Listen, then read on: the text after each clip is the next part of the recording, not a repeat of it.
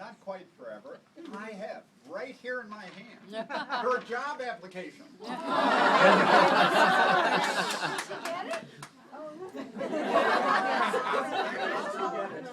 Careful, I can tell you, Still working. this application was received on December 16th, 1985. Oh my God. Wow. 7 years. Okay. So, You signed it too. doesn't lie. You're just fine. Now, I thought I'd tell you a few things about Nancy from this job application, which, by the way, has her resume attached too. Done on a word So processor. you'd like to know that IBM. she was Yeah. proficient in typing, word processing, and all standard office equipment and procedures. Sounds like mine, although I have a progressive. Furthermore, she had over 15 years of comprehensive business experience already before she came here, including, here was the important thing, maintenance of data systems. Now, it doesn't say what kind of data systems, but you know. Use our imagination. 85. Editing of input, verification of output, all these important things. So, we hired Nancy at that time, and of course, what happened is Nancy turned into really the technical heart and soul of RCGD. I bet you didn't expect that was going to happen when you started. No. And the truth of the matter is all of us know who've been here a long time, is that most of the things we publish really could have Nancy as a co-author on. Because it never would have happened. She hadn't fixed things at critical moments. Grants would have never been submitted. The lab wouldn't run the way it is. And besides all that, though, you know, Nancy has really contributed tremendously to everyone's morale. I mean, over the years, we've seen, I hope you all remember the Day in the Life of RCGD, a wonderful little pamphlet. If you're new here and haven't seen it, you've got to find a copy around. It's pictures of everyone doing things. It's these kinds of things that really make life here worth living. It's really true. So, we're going to say goodbye to Nancy today, but before we do, we're going to give her a few things. I'll get those for you. Okay. But before we do, I do want to just tell one story about Nancy. Nancy and I go way, way, way back to the time before the internet. And when we discovered the internet, we were so excited, and we have lived to try and look better than SRC on our website. Every time SRC does something on the website, Nancy and I make ours better. The first thing we did was the little dog. I love this. There was a dog that would go back and forth and bark. It had nothing to do with group dynamics, but it was the only website that had a moving part on it. And then one year we decided, shortly after this, this was fun for us. We decided it'd be really awesome if we gave a free gift to anybody who visited our website. So Nancy and I ordered all these pencils with our website address on it.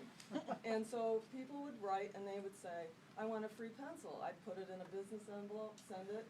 Nancy would get it back smashed in the new post office's system that ran business envelopes. Return the sender. Well, after 1 week and I came in and I screamed to Nancy, Nancy, my computer, it was pinging every 3 seconds. I want a pencil, I want a pencil, I want a pencil. So Nancy came in, fixed my computer, stopped the pencils. We have thousands of these, if anybody. But I've been screaming at Nancy ever since.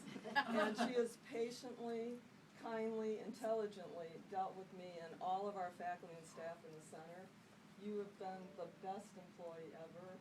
You're my best friend, except Laura too, sorry.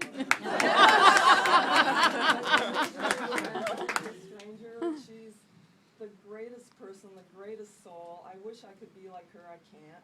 But we're gonna miss you, Nancy, we really are. And I got another thing though that'll make you laugh. Yesterday, Nancy was very upset at her husband because he's been waiting for years for her to retire. Bob got in the car and drove off to Florida, right? That's took her carry-on luggage because he was driving, but she now doesn't have any luggage, so I went out and we got you. Carry-on luggage.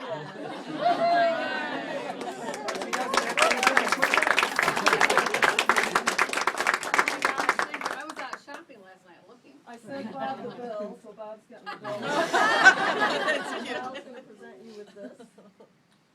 Nancy, thank you for your many years of service and all the best to you. Oh my gosh. Yes.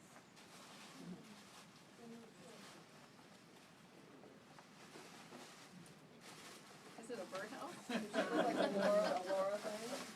Look at this. Thank you. Thank you. Laura, or Nancy collects bird. I have, She has. I probably have 100 birdhouses. In my kitchen. Your daughter Chrissy's probably thrilled that there's. I another one. decorated it.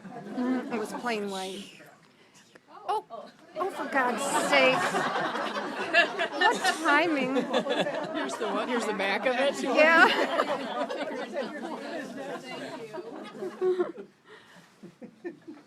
But it's not empty. It's better check to make sure nobody nested in it. Did what? Nested in You're gonna have to show that to her, she's not. gonna Take the see it. paper off the bat. Take the paper off the bag. A dead bird? Where the bag? Oh my gosh. Is it? Real? Let's see.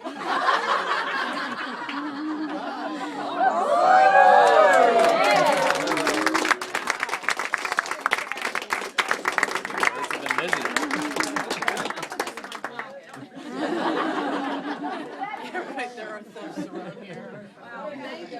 You get a pencil. We're giving you a birdhouse with the money, it'd be better than an envelope. This is wonderful.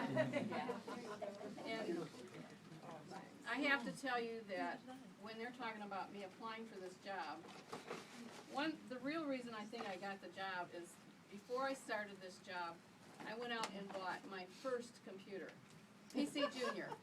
It had, I think it had 128K of RAM, and the salesman said, "You will never need more."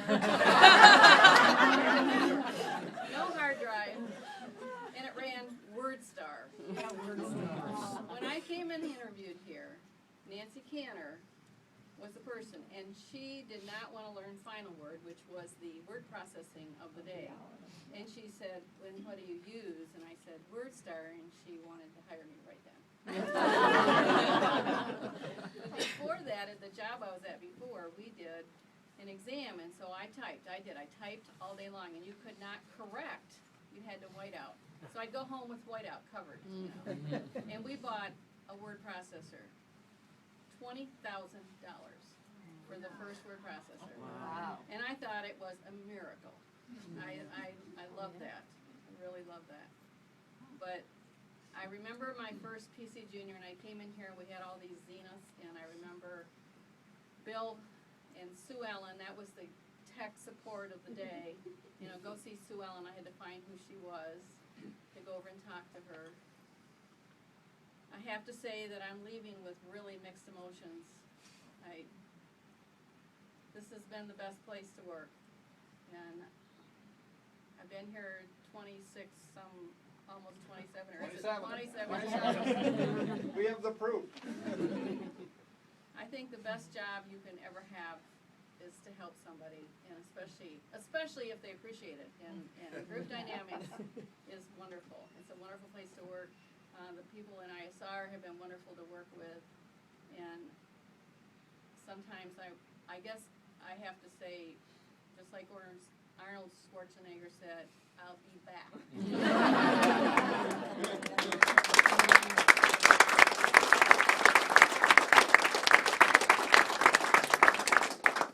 And I hope everyone reads all these little things along the wall. Oh my gosh, it's scary. These are wonderful sayings. And the one I like is the one that, life like retirement can be full of surprises. Take when you retire. I'd like to tell you two stories, though, that are, to me, like the funniest things that happen here. The first one is way back when Bob Zients he was actually Group Di director at this point, and he was doing some research in headaches. So so what he wanted you to do was he would tell people, if you get a headache, come into my office. But he wouldn't tell you what. And we said, well, why? I can't tell you. So we'd say, well, okay. And so, like, actually he did one time. I had a headache, and he was doing this thing where he wanted you to breathe in through your nose. He thought that the brain was being cooled by your breath, so you could get rid of your headache. So we have a work study answering the phones one day. So we don't tell her about what's going on. So she's sitting there, and she's like, that was the weirdest thing ever. We're like, what? She said, someone just called, and they said, hi, is Dr. Zients there? And I said, no, he's not in right now. Can I take a message? She says, well, I have a headache. She's like, I see, but is there a message? That's it, I have a headache. Like, anyhow, it went on from there, but it was really funny. And the other was last week. Big difference here in years. Well, I got stuck in the elevator one time, and when I was in there, I pushed the button, and somebody talked to me and said, okay, I'm stuck in the ISR elevator, and they're like, well, which elevator? And I said, I don't know, there's no numbers on them, but they talked to me, so I knew that there was this conversation thing here.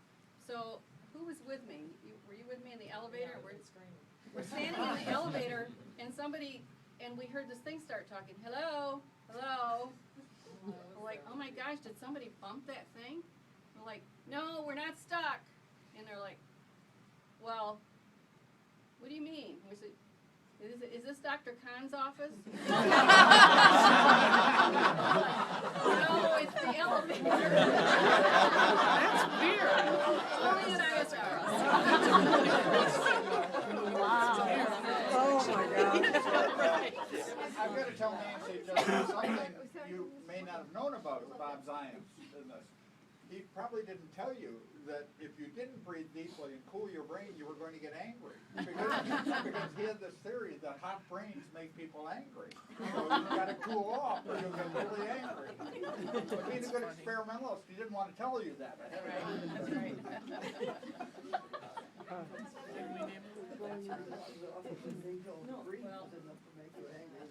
Yeah. I just can't thank everybody enough for coming out. Thank you. luck. Congratulations.